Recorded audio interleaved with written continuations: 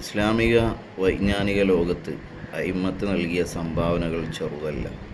രചനാരംഗത്തും അതുപോലെ വിജ്ഞാനങ്ങളുമായി ഷോലാവുക എന്നിൽ തുടങ്ങിയുള്ള വിഷയങ്ങളിലെല്ലാം അവർ രാവുകളെ പകലുകളാക്കിയവരാണ്.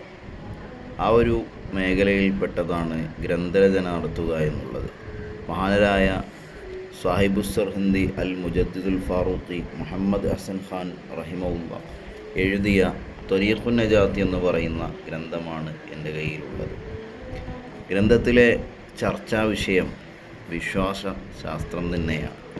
ഒരു വിശ്വാസിയെ സംബന്ധിച്ചിടത്തോളം എല്ലാത്തിനേക്കാളും ഉപരി അവന് വലുത് അവൻ്റെ വിശ്വാസം തന്നെയാണ്.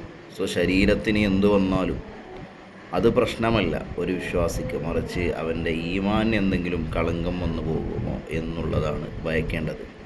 ഗ്രന്ഥത്തിൻ്റെ ആമുഖത്തിൽ തന്നെ മഹാനവറുകൾ അടയാളപ്പെടുത്തുന്നത് ഒരു വിശ്വാസിക്ക് അവൻ്റെ ആഖിറം വിജയിക്കണമെങ്കിൽ ഫൈന്ന മബനൻ നജാത്തിൽ ഉഖ്റവിയ അലൽ ഇഅ്തിഖാദി സ്വാദിഖി അൽ ജാസിമി ബിമാ വഅദല്ലാഹു വറസൂലുഹു മിൻ ഉമൂരിൽ ആഖിറ അൽ മുഖാലിഫത്തിൽ ഉഖൂലിന നാഖിസ കഇഹ്യാഇൽ മൗത ബഅദൽ ഫനാ വഅദാബുൽ ഖബർ ലിൽ ഫുജ്ജാർ എന്ന് തുടങ്ങിയിട്ടുള്ള ചർച്ചകളാണ്. മബിന എന്ന് പറഞ്ഞാൽ അടിത്തറ, അടിസ്ഥാനം എന്നൊക്കെയാണ്. മായുബന അലൈഹി ഗൈറുഹു എന്നാണ് ശർഹുൽ അഖായിദൊക്കെ നമുക്ക് പഠിപ്പിച്ചു തന്നിട്ടുള്ളത്. അപ്പോൾ വിശ്വാസം വളരെയധികം പ്രാധാന്യമുള്ളത് തന്നെയാണ്.